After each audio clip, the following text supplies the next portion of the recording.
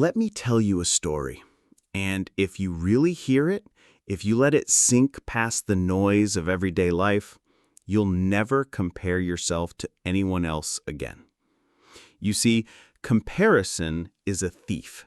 It steals your joy, your confidence, and sometimes even your reason to try. But here's the truth.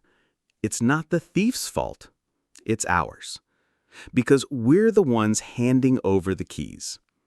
But before I get ahead of myself, let's go back a few years to a small village nestled between mountains and a restless river. The story of the two seeds.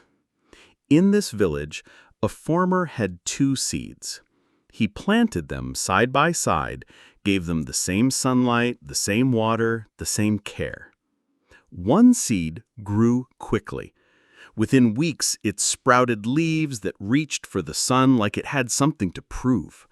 The villagers praised it. "Look at this one, so strong, so fast," they said. The second seed? Oh, it took its time. At first, it was barely a green whisper above the soil. The wind mocked it, the fast-growing seed cast a shadow over it. The villagers shook their heads. "That one's weak," they whispered. But seasons passed, and something strange happened. The first seed grew tall, but hollow. Its roots were shallow because it spent all its energy rushing upward trying to impress the sky. The first storm of winter snapped it in half like a twig. The second seed? It grew slowly but with deep roots. It reached down before it reached up. It grew silently, steadily. And when the storms came, it stood strong while the field around it lay in ruins. By spring, the second seed was the tallest tree in the valley. Birds made homes in it, travelers rested in its shade, and the villagers realized something. The slow seed was never weak. It was wise. Now, here's the part most people miss when they hear this story. You are that second seed. Life isn't a race. Growth isn't a competition. And yet, look at us. We scroll through social media, comparing our behind the scenes to someone else's highlight reel. We see their careers, their relationships, their vacations, their perfect smiles, and suddenly, we feel small. But what we forget is this. Some people are born sprinters. Others are born climbers. A sprinter burns fast, quick victories, instant applause. A climber? Slow steps, deep roots, unshakable strength. Both have their purpose, both have their beauty. So why do we insist on comparing two completely different journeys as if they were meant to look the same? The poison of comparison. Let's talk about this poison called comparison. When you compare yourself to someone else, you're not seeing the full picture. You're comparing your day 1 to their year 10. You're comparing your real life to their carefully curated version of reality. That's like reading one page of a book and thinking you know the whole story. And worse, comparison blinds you to your own progress.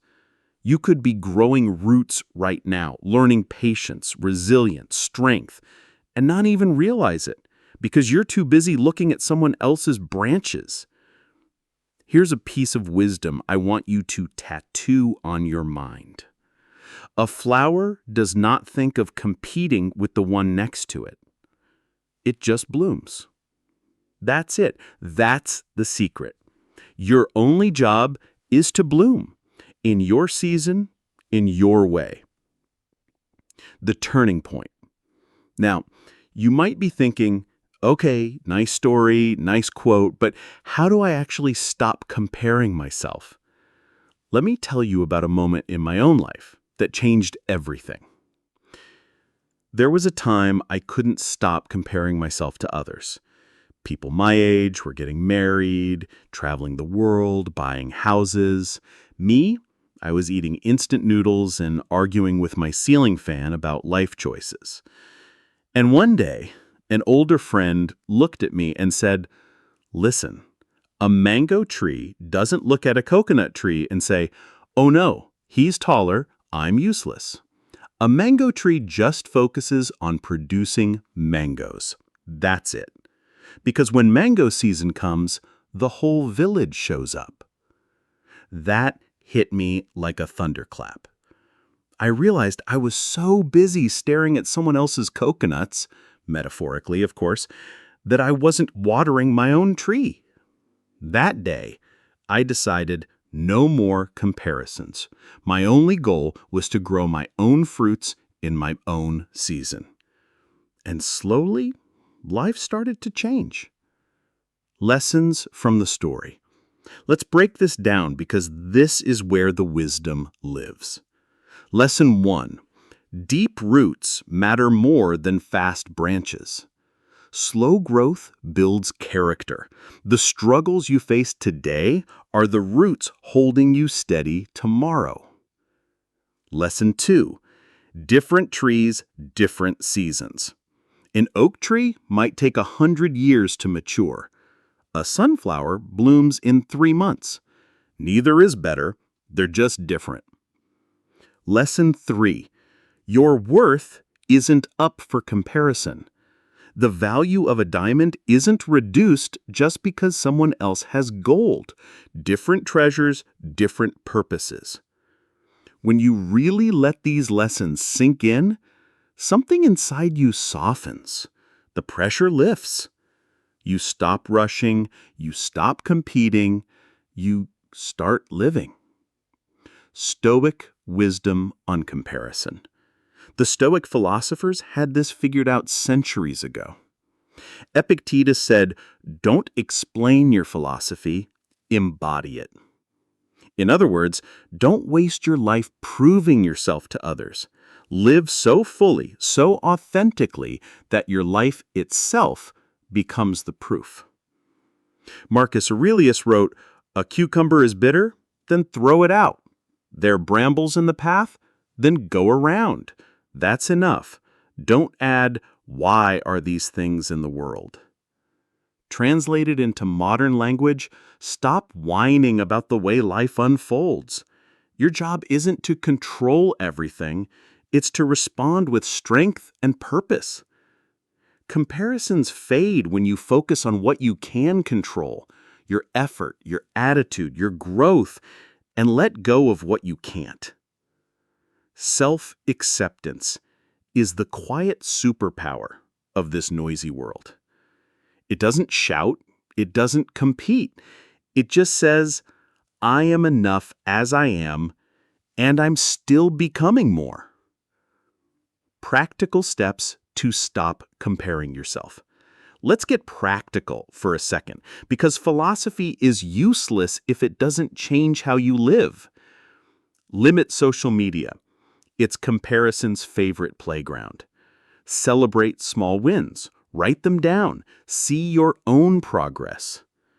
Practice gratitude. Every day, list 3 things you're thankful for. It rewires your brain for abundance, not lack.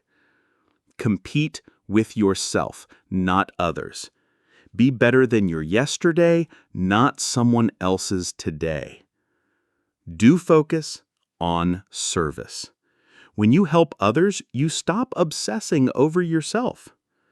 Do these for 30 days and you'll feel the shift. Remember the story of the 2 seeds? The slow seed didn't win because it became the tallest. It won because it became itself, fully, deeply, unapologetically.